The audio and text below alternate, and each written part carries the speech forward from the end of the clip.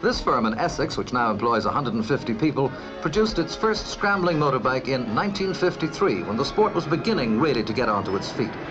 Their 250cc model was a winner.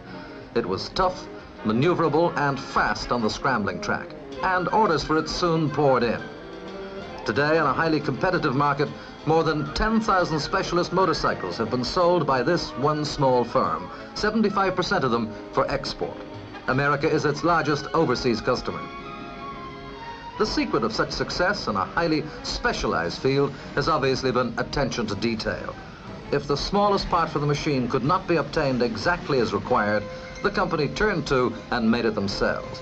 Today, virtually everything that goes into the machine is made on the spot. With worldwide success for its 250cc model, the company is now working on a new, more powerful scrambling bike. This 360cc model, being put